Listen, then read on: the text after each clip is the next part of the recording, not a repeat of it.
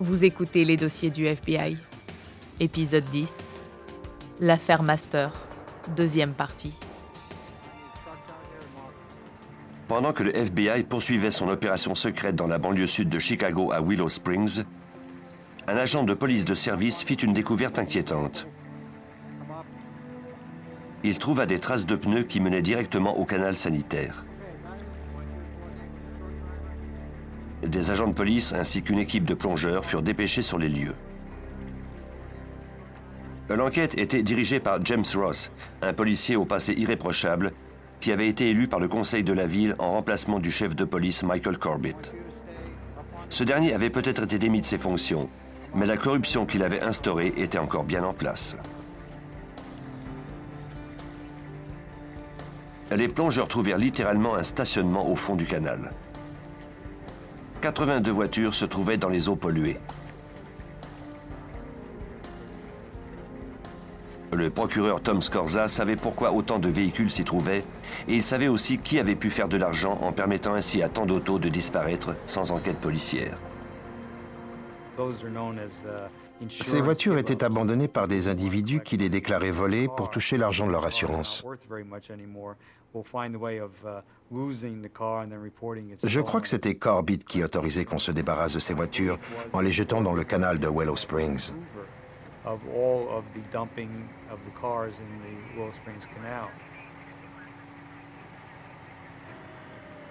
Le soir venu, on retira une troisième voiture de l'eau. Il s'agissait d'une Cadillac jaune. La plaque d'immatriculation était DGM 19. Cette voiture était connue à Willow Springs puisqu'elle appartenait à Diane Masters. Le lieutenant Keating du bureau du shérif de Cook County arriva sur la scène.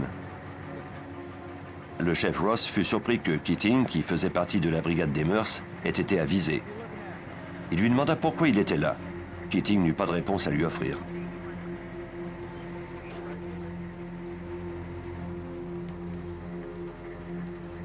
Les policiers examinèrent la Cadillac. En ouvrant le coffre, ils trouvèrent un corps en décomposition. Ross fit remorquer la voiture dans un garage de la ville où les experts se mirent à la recherche d'indices sans plus attendre.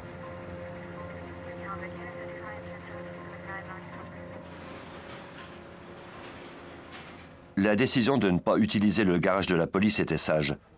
Le chef Ross se doutait que ce cas impliquait beaucoup de gens et qu'il lui était préférable de se méfier de ses propres hommes. Moins de gens s'occuperaient de cette affaire, mieux cela serait.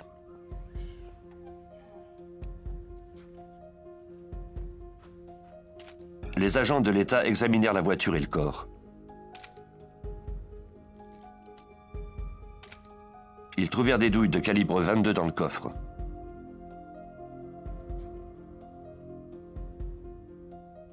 La clé était encore dans le contact.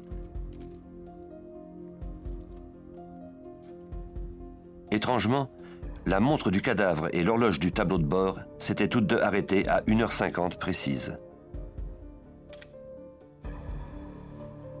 Les experts retirèrent le corps de la voiture pour procéder à des analyses judiciaires plus poussées. L'équipe de spécialistes qui examina le corps découvrit que le crâne avait été écrasé. De plus, ils notèrent que l'os de la pommette gauche était troué de 2 projectiles. On retira les fragments de projectiles du crâne pour les envoyer au laboratoire balistique du FBI.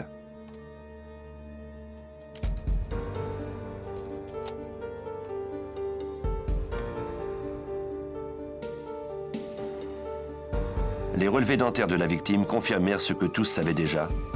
Il s'agissait bien de Diane Masters. L'enquête entourant la disparition de cette femme, qui avait commencé 9 mois plus tôt, était maintenant une enquête pour homicide. Le chef de police Ross demanda au détective John Reed de Cook County de l'aider dans cette affaire. Il devrait travailler avec le FBI qui désirait poursuivre l'enquête entourant ce meurtre. Le détective Reed ne devait faire confiance à personne, même à ses plus proches amis et collègues du service de police. On lui apprit que le FBI menait une opération secrète par le biais de la NCS qui visait à démasquer les policiers corrompus. Certains de ces policiers avaient des liens avec Alan Masters, le numéro 1 dans le meurtre de Diane.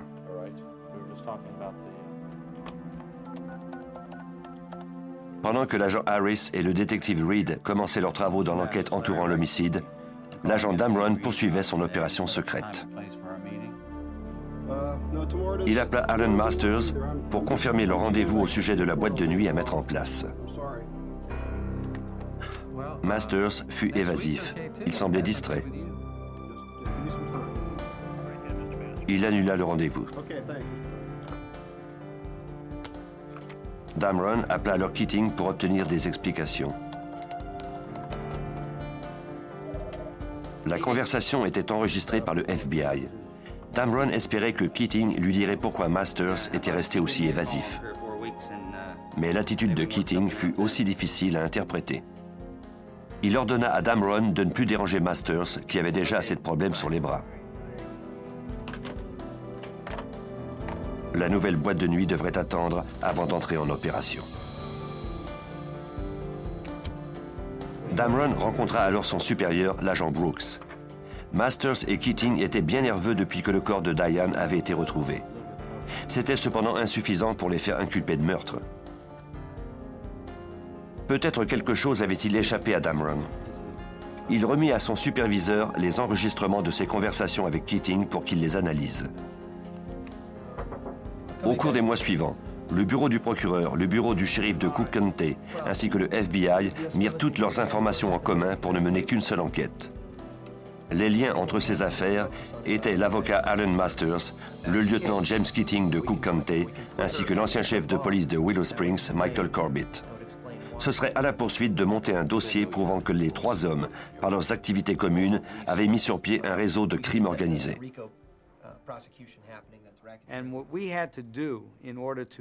Pour faire inculper Masters, Corbett et Keating de leurs activités, et notamment du meurtre, Tom Scorza, assistant du procureur.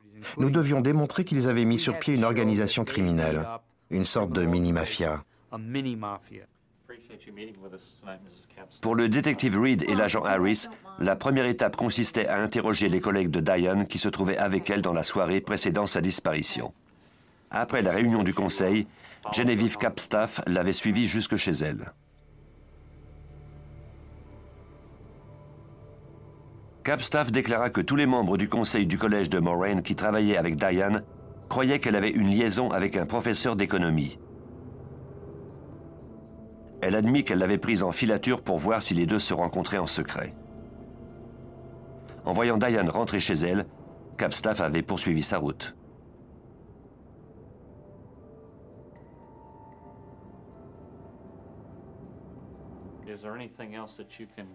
Les interrogatoires permirent aux policiers de découvrir que les membres du conseil avaient tous une assurance sur leur vie d'une valeur de 100 000 $ qui faisait partie de leurs avantages sociaux.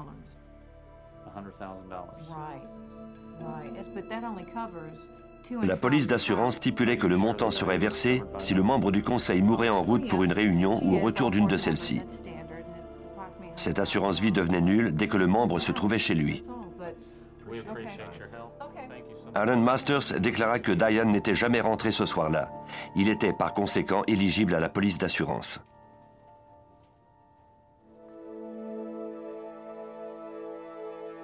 Quelques mois avant la découverte du corps de Diane dans le coffre de sa voiture, Masters avait fait une réclamation à la compagnie d'assurance. Il avait rempli les formulaires et les avait expédiés. Il avait obtenu d'un juge que Diane soit déclarée légalement morte, même si on ignorait alors exactement ce qui lui était arrivé. Masters s'apprêtait donc à toucher la somme de 100 000 $. Au moment où l'enquête semblait commencer à se dénouer, les agents du FBI impliqués dans l'opération secrète apprirent une mauvaise nouvelle. Le journal Washington Post avait eu vent de leur opération.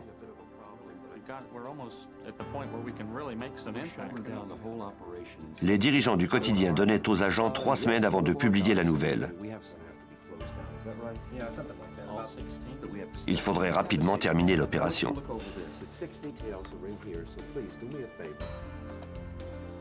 Pour le procureur David Stetler, le moment était bien choisi. L'opération avait fait son temps. La majeure partie de l'information avait été recueillie. En poursuivant cette opération, Nous aurions peut-être obtenu davantage d'indices, mais ils auraient été de plus en plus minces.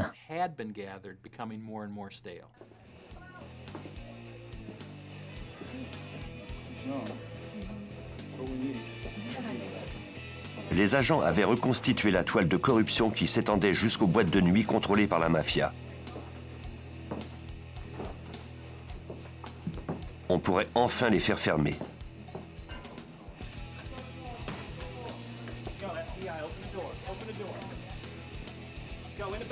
Le FBI s'attaqua au club simultanément. Des milliers de policiers et d'agents effectuèrent des raids dans la dizaine de boîtes de nuit de Cook County, notamment celle de Willow Springs.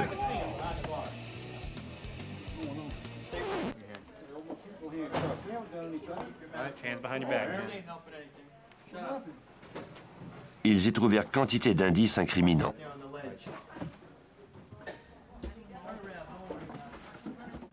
« 55 personnes furent inculpées, notamment Joseph Maron, le propriétaire d'une des boîtes de stripteaseuses, Tony Spilatro et son frère Victor. Ils comparurent à la Cour de l'État et à la Cour fédérale pour extorsion, prostitution, versement de pots de vin et racket. De nombreux policiers du bureau du shérif de Cook County et du service de police de Willow Springs furent également accusés et inculpés d'avoir protégé ces entreprises illégales. Après une opération secrète de 3 ans, l'enquête était enfin terminée.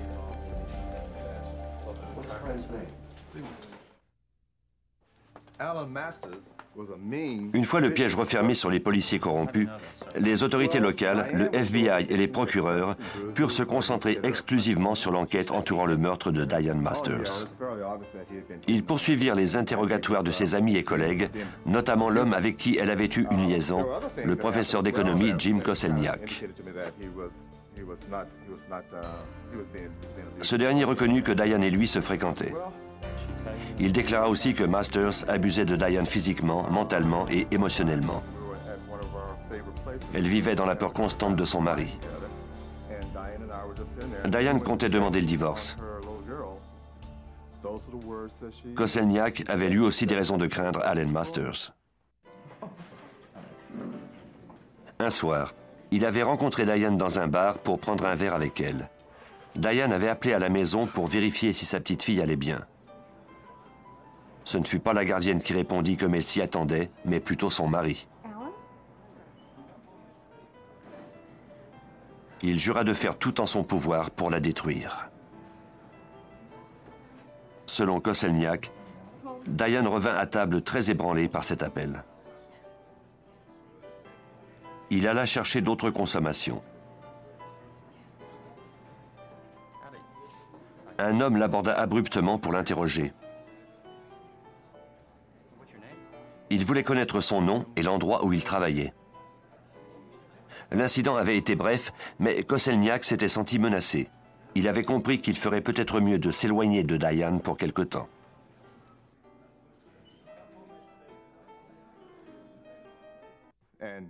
Par la suite, Koselniak reconnut l'homme qui l'avait interrogé.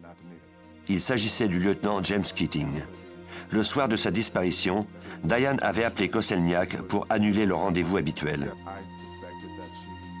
D'habitude, ils se rencontraient après les réunions du conseil du collège. Mais cette fois-ci, elle semblait réellement effrayée par le comportement d'Allen. Koselniak accepta de remettre le rendez-vous. Il ne devait jamais revoir Diane en vie.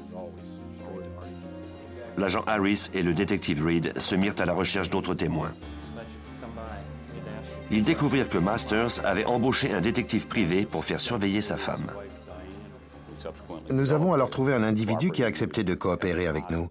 Agent spécial Ivan Harris. C'était Ted Naikasa, le détective privé d'Alan Masters.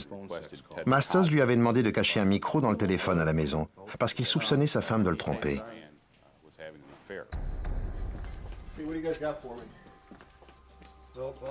Naikasa déclara aux enquêteurs que le micro avait servi à démontrer que Diane avait bien une liaison avec Koselniak. Ted Naikasa nous a fait écouter une conversation téléphonique au cours de laquelle Diane tenait des propos érotiques avec son amant Jim Koselniak. Tom Scorza, assistant du procureur. Quand il a fait écouter cet enregistrement à Alan Masters, Ce dernier a déclaré qu'il avait l'intention de tuer Diane et de s'arranger avec Keating pour que le meurtre soit maquillé en accident. Allen perdit alors le contrôle. Les enquêteurs ne disposaient pas encore de preuves formelles de sa culpabilité. Après une enquête exhaustive de 5 ans, la situation allait cependant changer. Un des policiers du bureau du shérif du Cook County accepta de parler. L'agent Jack Bachman disposait d'informations troublantes. Bachman n'avait jamais osé parler auparavant car il craignait trop les conséquences. Il déclara qu'on l'avait approché pour tuer Diane. L'offre lui avait été faite par le biais du lieutenant James Keating. Bachman déclara que Keating lui avait offert 25 000 $ pour mettre ce plan à exécution. Michael Corbett, le chef de police, s'occuperait quant à lui de faire disparaître le corps. Bachman déclina l'offre. De toute évidence, Masters avait commandé un meurtre.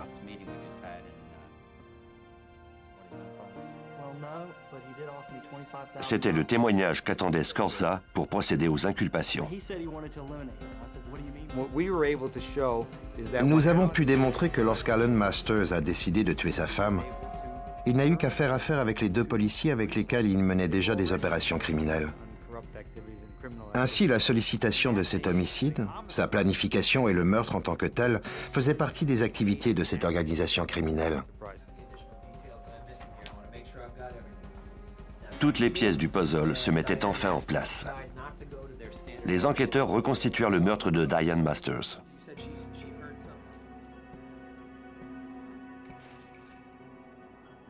Alan Masters avait trouvé un candidat pour tuer Diane et son amant au moment de leur rencontre habituelle après la réunion du conseil du collège.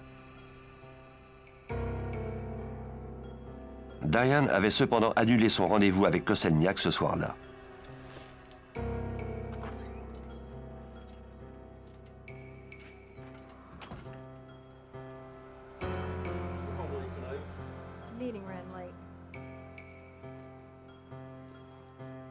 Furieux, Masters dut s'occuper lui-même de la sale besogne. Alan Masters était à la maison et gardait leur fillette. En fait, il était en train de se construire un alibi en faisant des appels interurbains pour prouver qu'il était bien chez lui. Il ne s'attendait pas à voir sa femme rentrer, mais c'est ce qui est arrivé. Il l'a frappée avec un objet contondant à la tête à 2 reprises au moment où elle se déshabillait pour la nuit.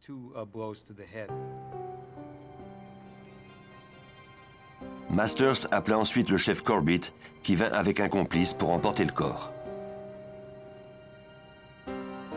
Les 2 hommes mirent le corps de Diane dans le coffre de sa Cadillac.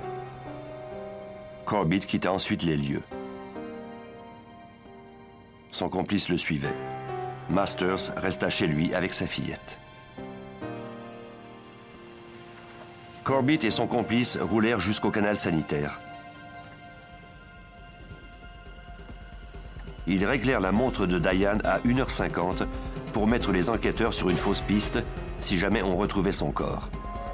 Puis, ils lui tirèrent 2 balles dans la tête. Si un jour le corps venait à être retrouvé, on croirait sans doute que le meurtre avait été perpétré par la mafia. Ensuite, ils réglèrent à 1h50 l'horloge du tableau de bord de la Cadillac.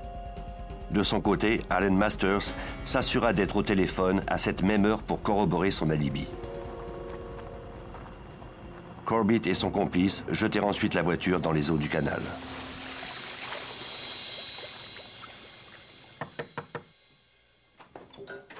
En juin 1988, 6 ans après le meurtre de Diane Masters, les enquêteurs purent enfin faire accuser les 3 complices.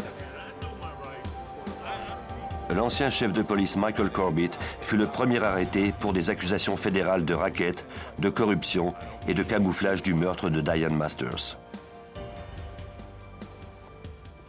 L'agent spécial Ivan Harris a tenté d'obtenir ses aveux. Michael Corbett a finalement avoué qu'il avait jeté la voiture de Diane Masters dans les eaux du canal. Il a cependant déclaré qu'il ignorait alors que son corps se trouvait dans le coffre.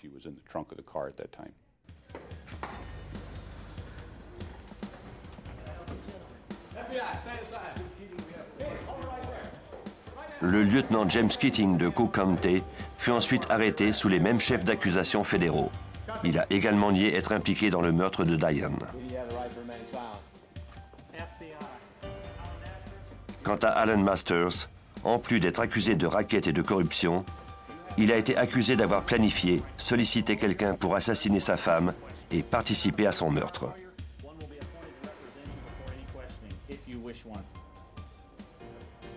La poursuite ne disposait malheureusement pas d'indices incriminants pour faire accuser ses complices de meurtre. Le procureur Tom Scorza a cependant pu relier toutes leurs activités criminelles pour les présenter au jury. Masters a été reconnu coupable de tous les chefs d'accusation. Le fait qu'il ait touché $100 000 de l'assurance vie de sa femme le rendait également coupable de fraude. Il a écopé de 40 ans d'emprisonnement, ce qui était pour lui l'équivalent d'une sentence à vie. L'ancien chef de police Michael Corbett a écopé d'une peine de 20 ans d'incarcération. Quant à James Keating, il a reçu une peine de prison de 30 ans. Au cours de ma carrière, l'affaire Masters était spéciale parce que nous n'avions pas de preuves formelles de la culpabilité d'un individu. Tom Scorza, assistant du procureur. Nous disposions de milliers d'indices qui formaient comme une mosaïque. Cela rendait ce cas très mystérieux et difficile à présenter en cours. C'était une sorte de défi que de le présenter au jury, mais ça a été une expérience fantastique. En examinant tous les éléments, le jury a pu se faire une idée de l'ensemble des tractations de 3 individus impliqués dans des activités illégales, et surtout dans le meurtre de Diane Masters.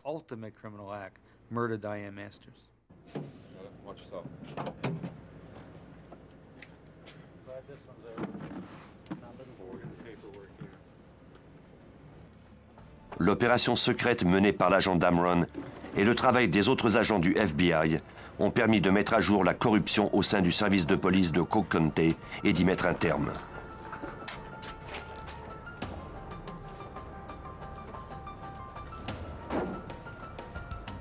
Les citoyens de cette banlieue de Chicago n'ont maintenant plus rien à craindre de leur service de police.